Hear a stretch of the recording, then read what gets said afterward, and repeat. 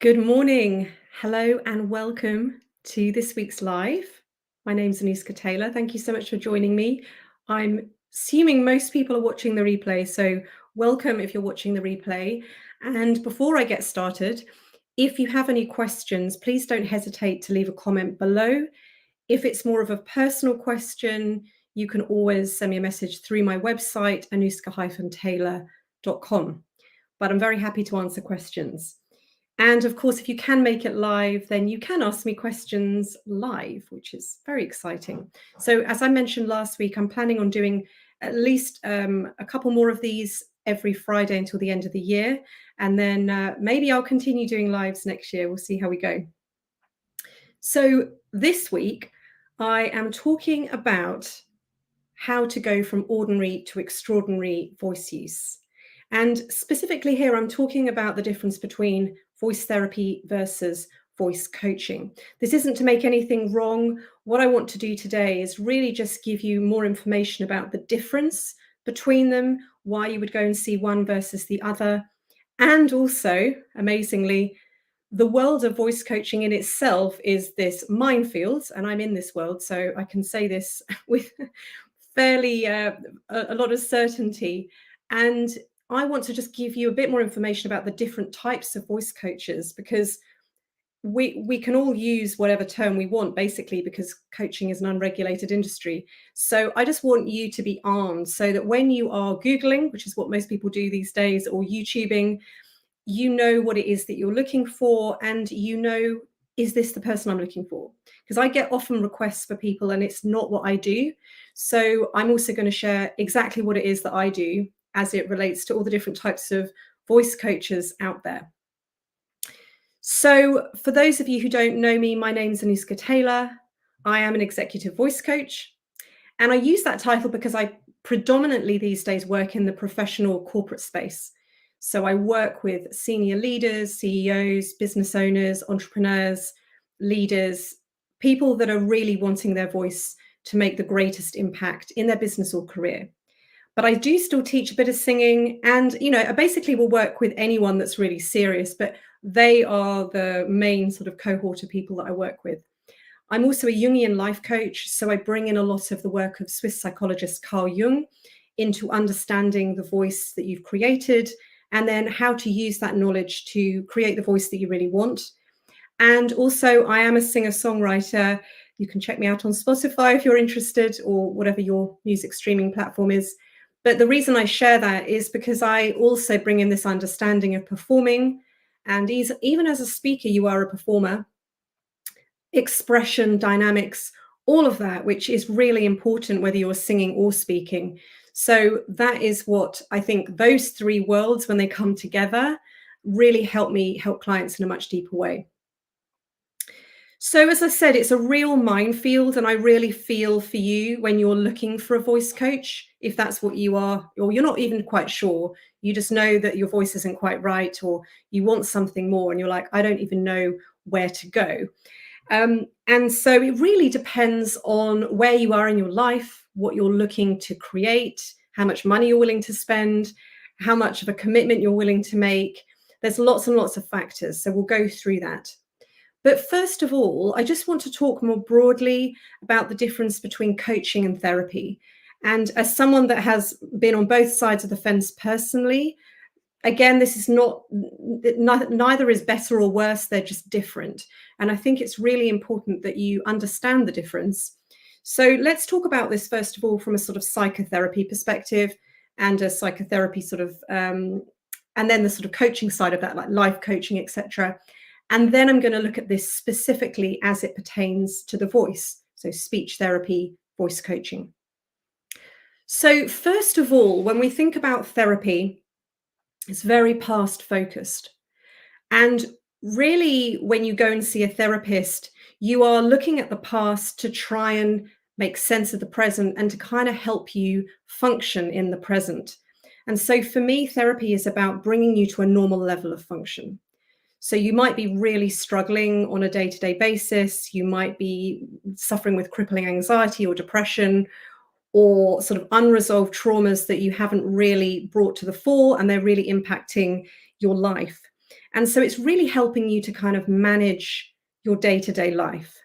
And it's very much about how can I just get through the day?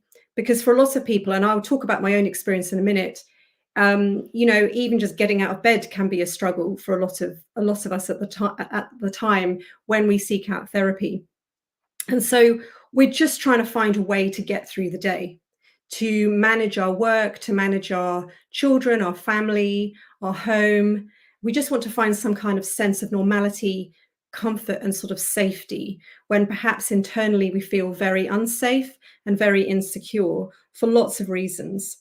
And so we are looking at the past to try and help us feel better in the present.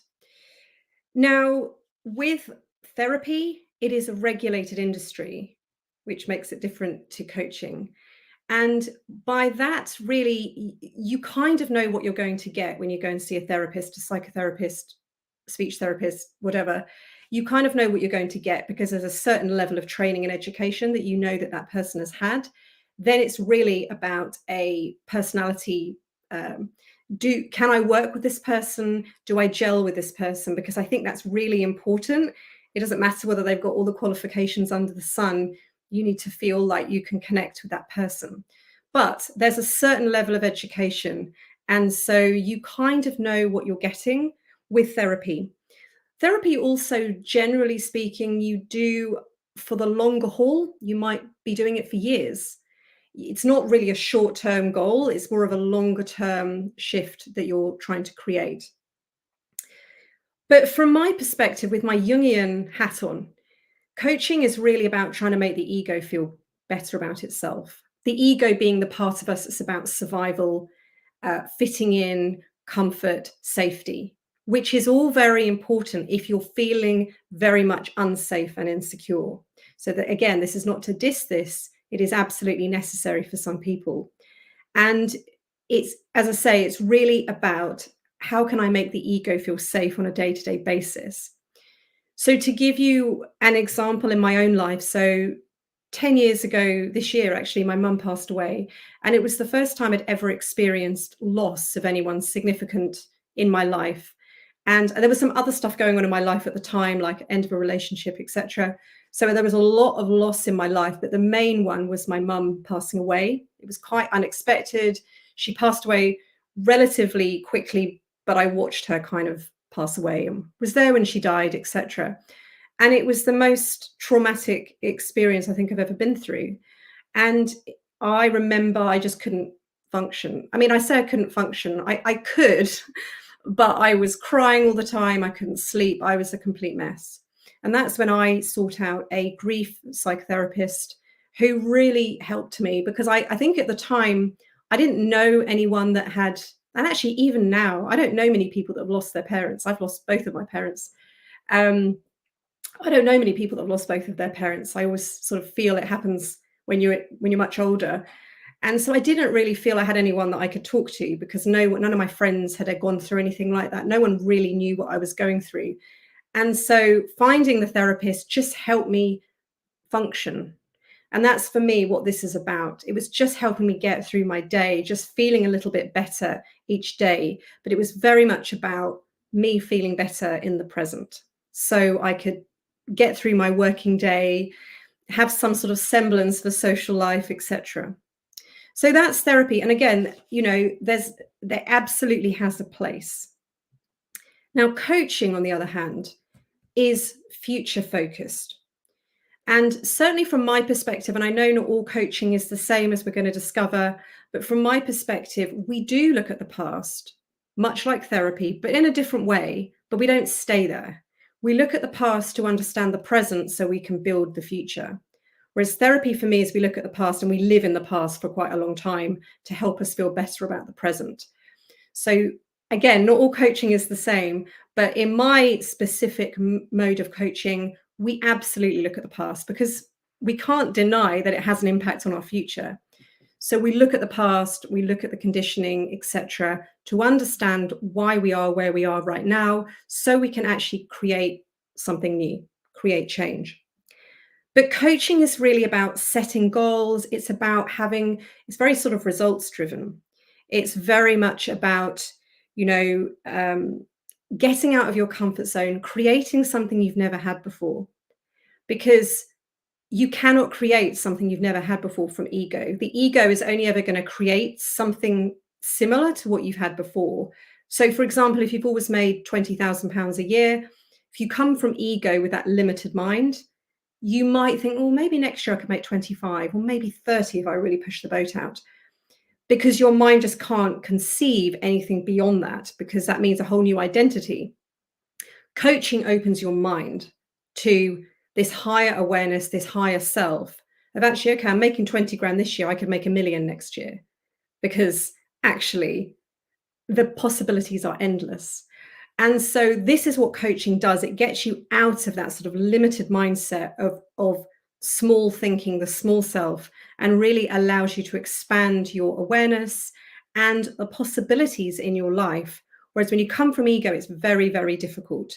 And you will find if you are in ego trying to create change, it's exhausting, you're going to get burnt out, and probably you'll find that you have to work extremely hard to create quite small change in your life. So it's really about taking action, being challenged, getting outside your comfort zone, being held accountable. That's a big part of coaching as well, a really important part of coaching. So it's not just, you say you're going to do something, but you work very closely with a coach that's going to hold you accountable to those goals. And you're really ready to accelerate your growth. So it's just got a completely different energy to it. From my perspective, this is about possibility. This is about stepping into the truth of who you are, the true potential, and going beyond the ego, which is for me where therapy kind of lives. Again, this is not to make that wrong. This is just to show you the difference. The quote unquote downside with coaching is it's unregulated, as I mentioned. So you really want to do your research. You want to know what it is that you really want so you can find someone, because essentially anyone can call themselves whatever they like. And that's why I want to talk more about voice coaching. So you really have to know what it is you're looking for and be very clear on the kind of thing that you want, because it is unregulated. And the other thing as well is it tends to be sort of shorter term goals.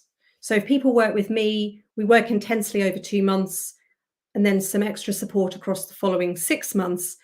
But it's got a sort of finite period to it. This is not like you just work with me forever. That's not the goal. I want to give you the knowledge and the information and the awareness so you don't need me. You work with me and then you are ready to go. So again, it's really about empowering the individual from my perspective. Now, speech therapy, voice therapy versus voice coaching. Similar focus, actually. So speech therapy, again, is about helping people find a normal level of function with their voice. We're not trying to create anything crazy. You're not going to start singing opera somewhere. It's really about just bringing a normal level of function to your voice so you can communicate at a very sort of normal level. And for some people that is exactly what they need, because, and I'm going to talk about this in a second, because of varying factors, that they may not have that normal level of function in their voice. Voice coaching, much like life coaching, business coaching, is about taking you from a normal baseline level of vocal function, which is what most people have, to really exploring the voice in its full capacity and its full potential. So speech therapy. Now, sometimes with this, the cause isn't necessarily obvious.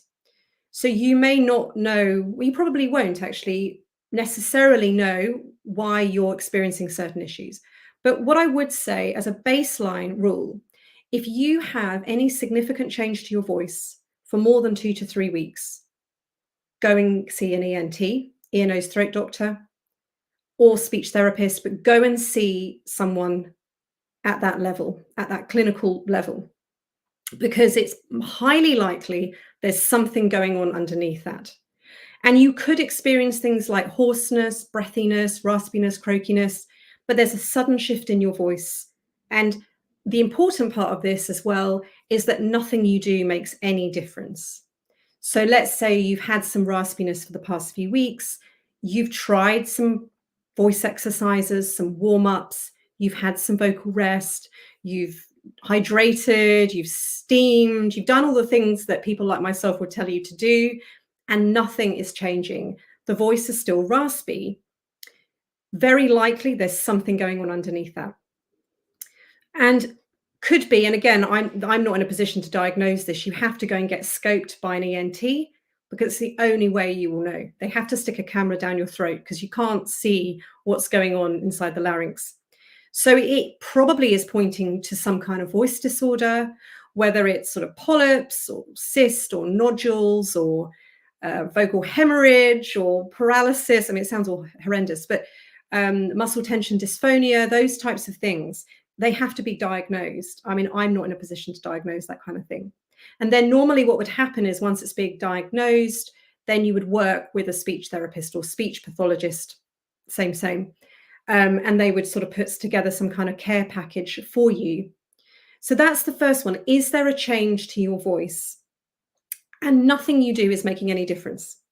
Because normally with voice stuff, and I'll talk about this in a minute as it pertains to coaching, I will give someone an exercise if their voice is raspy, and there'll be an almost immediate shift because it's not really about anything underlying. It's because they just aren't using their voice effectively. The second one could be there's a sort of illness, disease, or kind of head injury. Now, obviously, on some cases, this could be quite clear. You know, you're in an accident, you hit your head, and there is some sort of damage to your brain that's affecting the speech. So there's quite a clear connection there. Okay, now my speech is impaired because I've had this kind of brain injury, or I've had some kind of illness or disease which is impacting my voice. Common example, things like Parkinson's disease and dementia can often impact the voice. Those types of things, absolutely, you go and work with a speech therapist. But sometimes there could be something going on that you're not aware of. Cancers in particular, like thyroid cancer, throat, neck cancer, those types of things. You may not know that you've got it, but the voice might change. So again, it's just becoming more and more aware. And this is why I think it's so important to know your voice so that you know when there are changes and you're like, that doesn't feel right, or there's a weird lump I can see, or there's something not quite right. My voice just hasn't been the same for like a month now, and it normally isn't like this. And I've tried everything. So there's often some underlying illness, disease, or some kind of brain injury that's causing the change, or some kind of voice disorder, which could be a product of, you know, vocal abuse or overuse. There's lots of reasons for it. So there's all of that. Now, then other sort of more common reasons why people, particularly children, might go and see a speech therapist, things like stuttering, if you have a lisp. And another one that I'm getting more inquiries about, even though I don't do this, which is one of the reasons why I wanted to talk about this today, is transgender voice therapy. So male to female, particularly. I get not loads of inquiries, but I do get inquiries about it. Do I work in that space? And I'm no, I don't. It's really specialized. You need to work with someone that has had the specific training on that. It's not something that anyone can just do. And even though I'm very skilled and experienced, that is not something that I do. There are people that specifically do that. And so when I've had requests for transgender voice therapy, I'm like, there are people, if you Google it, you will find specific people that have been trained to do that. But as a first point of call, you can always go and see a speech therapist. They may be able to work with you on that, or they might refer you to a specialist. But essentially, it's not something that I would do, or someone like myself would do, without the necessary training. So that's the sort of speech therapy side. And you can see there's an underlying kind of pathology, illness, disease going on, which isn't necessarily obvious to you. You may not know. There might be an underlying voice disorder going on. Again, you're not necessarily aware you've got nodules. So it doesn't matter how many exercises I give you. If the nodules are there, the nodules are there. So that's why you won't get the change to your voice, and you have to go and get scoped. It's the only way. Now, coaching, voice coaching, much like life coaching, business coaching, etc., is we're assuming a normal level of vocal function. We're assuming a normal level of function. You're not struggling to speak. You're not struggling to get through the day necessarily. Maybe your voice is a bit tired. Maybe you perhaps lose your voice occasionally, but there's nothing kind of major. It's not really impacting your voice on a day-to-day basis. And so voice coaching is really about going to the accessing the full potential in your voice, accessing the full dynamics, expression, color, richness, resonance, everything in your voice. Again, it's getting out of the way of the ego that's created the voice to keep you safe, and it's going towards the higher vision of yourself, the higher self, the voice that is the true voice. And the true voice is expressive. I say this all the time. So this is what, for me, coaching is about. It's getting you out of your own way and helping you to access your true voice in all its full color, richness, depth. And I was working with a client yesterday. There was absolutely nothing wrong with her voice at all. She'd obviously come to me for a reason, and I said, look, I want to help you access more of you, because I can hear that you're holding yourself back vocally, and I know there's a lot more here that you're not stepping into. So this is really important. Now, the other thing I do want to say, though, is you may experience raspiness, croakiness, breathiness, muscle tension, but when I give you an exercise or some exercises, there will almost be an immediate change or shift to your voice. There will be some kind of immediate relief or change, which is not the case if there's an underlying injury or disease or illness going on. So that's really the difference here. We're working with a healthy voice, essentially. It's just usually the person's not trained. They don't really know what they're doing. They've just copied the people around them. And it's very conditioned. It's a voice that's designed to keep me safe. So that's really what coaching is about, getting you out of this limited kind of ego survival protection place. Whether it's with coaching like life coaching or whether it's with voice coaching, it's about helping you to reach your potential. So I'm going to talk now about the different types of voice coaches, which might sound a bit weird because you're like, well, voice coach is a voice coach. Now, as I mentioned at the beginning, it's, you know, as a coaching industry, it's unregulated. And so you can basically call yourself whatever you want. I mean, you could call yourself a voice coach, maybe. And, no one's going to be knocking down your door. So I think it's really important, if when you are looking for a voice coach, you know what it is that you want and you do your research. And I say to people all the time, if you're interested in working with me, watch some of my videos first, because you can email me and ask me, and I do get people, but they haven't watched any of my videos. They really have no idea what I do. And nothing I can really write in a couple of sentences is going to do what I do justice. So you really need to experience my work. And so I would suggest you do this with anyone that you want to work with, to be honest, that you watch some of their content, watch some of their videos, read some of their blogs, their articles, etc., and see if it resonates with you. Don't just sort of blindly message people. So let's just talk about some of the different types of voice coaches. So the first one is the public speaking kind of communication skills voice coach. I follow a lot of people on LinkedIn, all sorts of different people in the voice community. And I find that a lot of the time people aren't really voice coaches, but they'll stick it in their title. So they're really a public speaking trainer. They do sort of presentation skills. They don't really have that much experience, expertise, training, or knowledge around the voice. Their focus really is on presentation skills, but because the voice is the instrument, they call themselves a voice coach. Now, to me, that's not really a voice coach. They're really a presentation skills, public speaking skills trainer. And that's fine if you don't need any deeper voice work. So if you're really happy with your voice and you are looking really to improve your presentation skills, but your voice is fairly, you're pretty happy, that is the kind of person you want to go and work with. Because I don't really do that. Yes, I can kind of help you to some extent, but to be honest, there is enough to do just with the voice alone.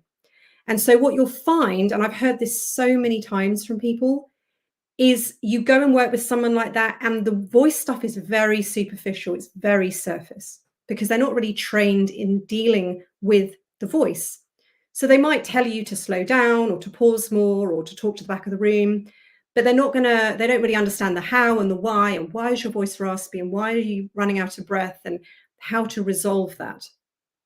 Why are you mumbling? How can we get things moving? So they don't necessarily have that intimate knowledge of the voice. So just to be very, very clear, am I looking for public speaking, presentation skills training, or am I looking for someone to help me with my voice? They're very different skills. So that's the first thing. The second thing is the world of sort of vocal technique and vocal function, which is my world, and where I've spent most of my life and most of my training has been in vocal technique, vocal function, how we optimally produce sound, whether as a singer or a speaker. Now, that has been, as I say, where I've been. And then I got to a point probably about 6 years ago where I realized that wasn't actually enough, because actually what's really driving the voice is emotional, and our vocal habits are not random. So unless you address what's driving the voice in the first place, yes, you can do those exercises. Yes, you might get an immediate sort of shift in the moment, but the client will find it very, very difficult to maintain. I was talking to someone on Wednesday night, actually. I was at an event, and he was saying that they'd been sent on a public speaking day training event. And he was saying this himself. He was like, well, they did a bit on the voice, but it was very surface. But he said, I don't think anyone's going to be able to remember and maintain it. Again, because that's not really the point of it. So it's really about understanding that because your voice is very conditioned, there's a reason why you've created the habits you've created. And a lot of it's unconscious. So if you don't bring awareness to it and you don't start to integrate it, you're going to find it very, very hard to maintain any change, even with the greatest exercises in the world. You will probably go back because emotionally, the way you currently use your voice keeps you safe. And so if you're looking for more power, more authority in your voice, I can give you loads of exercises to build strength. But are you going to maintain it? Are you going to make excuses why you haven't practiced? Oh, no, I didn't do it. And this is what the ego does. It's great with excuses, because really underneath it, you fear having the voice you say you want. So this is why I sort of broke away from that world as a kind of entirety of how you work with the voice, because I see it as part of the voice. However, coming back to my original point, if that is all you're looking for, there's absolutely no judgment there. If you don't want to go deep, that's fine. You can get people, I know plenty of people in this space who will absolutely help you with vocal technique and vocal function, but they won't go particularly deep. It will just be, your voice is a bit weak, here's some exercises to strengthen your voice. So that's number two. So that's sort of vocal function, vocal technique. Now, number three, sort of piggybacking off number two, and again, I'm including myself in this as well. So voice coaches are often singing teachers, first and foremost, and then they move into the speaking space. And I'm seeing more and more of my peers who now work with speakers, who I did all my sort of singing training with sort of 10, 15 years ago, because they're realizing there's this whole other market which isn't really being catered for in this deeper way. Now, I remember my very first speaking client, which was about, I would like to say 10 years ago, around 10 years ago. And at the time I was a singing teacher, as in that was all I promoted myself as. And I think she was just I think she was desperate, to be honest. And she was just desperately looking for someone to help her with her voice. And she knew I was a singing teacher. And I said, look, I can help you, but I haven't really done this before. So I don't really know what I'm doing, but I am a singing teacher. So I'm sure I can figure something out with your speaking voice. But what I ended up doing with her was really giving her a singing lesson, but just like a very watered down version of a singing lesson, because I didn't really know how to work with a speaker at this point. And, you know, I think she got something from it, but I'd like to say that how I work with speakers has completely changed over the last 10 years. I've done a lot more training. I've worked with speech therapists now, so I really understand the speaking voice at a much deeper level than I did 10 years ago. And so now I approach working with speakers and singers completely differently. I don't just give a speaker a singing lesson. So the reason I say this is just make sure if you're looking for a voice coach and you're wanting to work on your speaking voice, that they actually know how to work with speakers and they're not just going to give you a singing lesson, because it is different. And although we are dealing with the same instrument, same larynx, same lungs, same vocal tract, etc., we are using almost like a different part of the instrument to some extent. So if we think about speaking, predominantly we're working in the chest voice, the lower register. We do warm up and we do use, move the voice around up into the head voice, very important. But predominantly we're staying in the chest voice, the speaking voice range. I think what most people don't realize though is how much chest voice they have, because they live in such a narrow range in their speaking voice. They think, well, I've only got this amount of possibility, whereas actually the chest voice, you've actually got a lot more than you realize. But fundamentally, I'm still working in the chest voice with you, warming up maybe up into the head voice. We're not living there. When I work with a singer, we're moving through the three registers. We're going from chest voice to middle, mixed voice to head voice. And we're learning to integrate them. We're learning to move between the three with power, with dynamics, with agility, with effortlessness. I don't do that with a speaker because it's not necessary. So apart from my whole approach to working with a speaker is completely different. Most speakers aren't musical. I think every human's musical to some extent, but maybe don't see themselves as musical. They don't want to do singing exercises. They don't want to do scales. So giving someone a singing exercise is probably going to be quite confronting for a speaker. And that's what I did to this poor woman, the very first woman I ever taught with the speaking. And I think she's made a comment about it since, like a few years ago. I think she made a comment that I basically gave her a singing lesson. So I'd like to say now, if she's listening, my world has completely changed, and that was 10 years ago. So, but I think it's really important because you don't want to have a singing lesson. You want to make sure that the person you're working with knows how to work with a speaker. So that's the second thing. And ideally, they've maybe worked like I have with a speech therapist, speech pathologists, so they understand the approach to the speaking voice.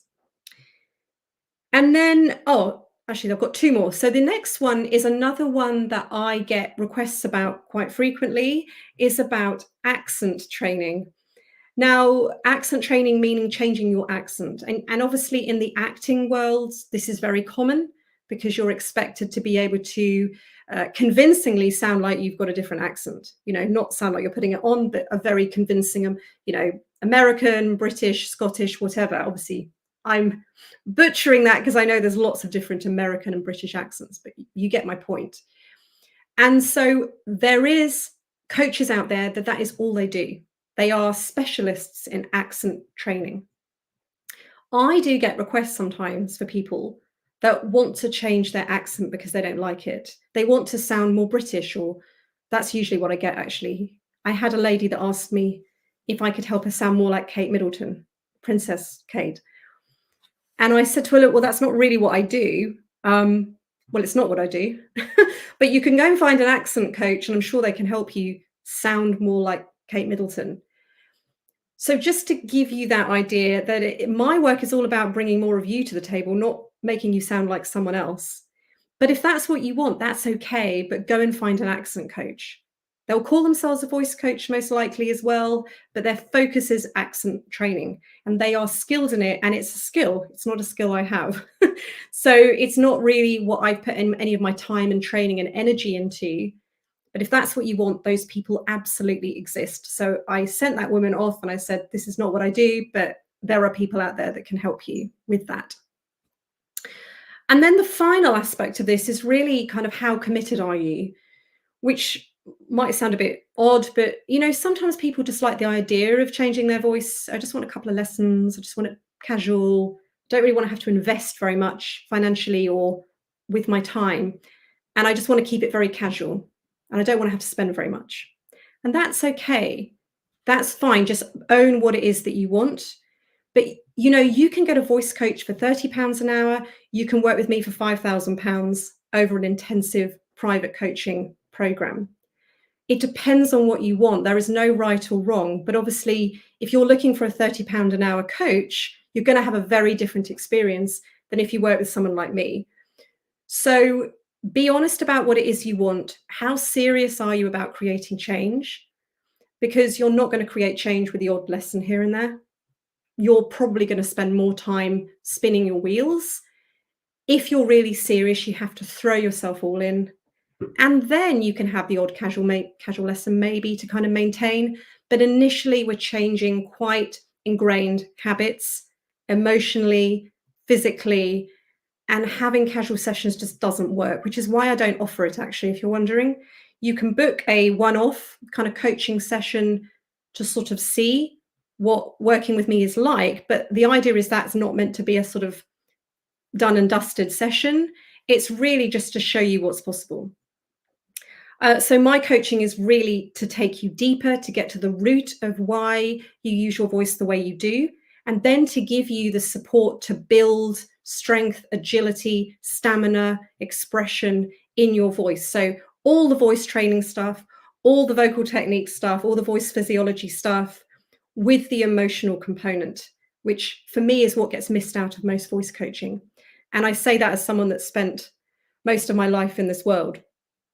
So the other thing I just wanted to mention as well, because particularly with my coaching, with the Jungian psychology model behind what I do, is it is a grey area, because you could argue, well, there's a little bit of therapy in there. But I mean, it isn't really, because as I said at the beginning, therapy for me is sort of you spend a lot of time talking about the past to make you feel better about the future.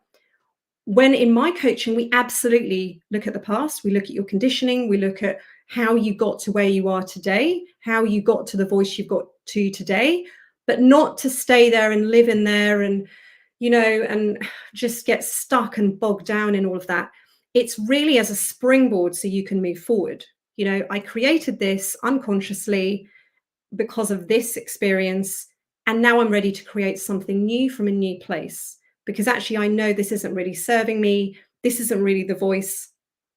So that is really my approach. And so I just want to say, we don't want to pathologize negative emotions.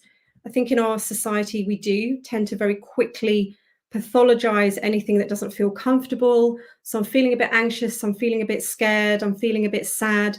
Let me just push this away quickly, or take some pills to get rid of it. Again, at the extreme end, of course, you do whatever you need to do. But for a lot of the time, it's really just being present with ourselves, present with our emotions, and then they can actually move through us. It's the suppression of them that actually creates all the trauma in our body and all the stuff that we experience in our sort of external world. So I just wanted to say that, because with my coaching, we are going to look at the past, but as a springboard to move you forward, not to stay there. So it is Black Friday today, and I thought it was last Friday because people start promoting Black Friday, like Christmas. People start promoting Christmas in November, and I do know when Christmas is, but I didn't know when Black Friday was, and I thought it was last Friday. So anyway, I put out an offer last Friday, and then I was like, oh, it's actually this Friday today. So what I'm going to do is, if you are interested in working with me across my more intensive private voice coaching package, Speak with Impact. So it's an intensive 2 months where we work very closely together.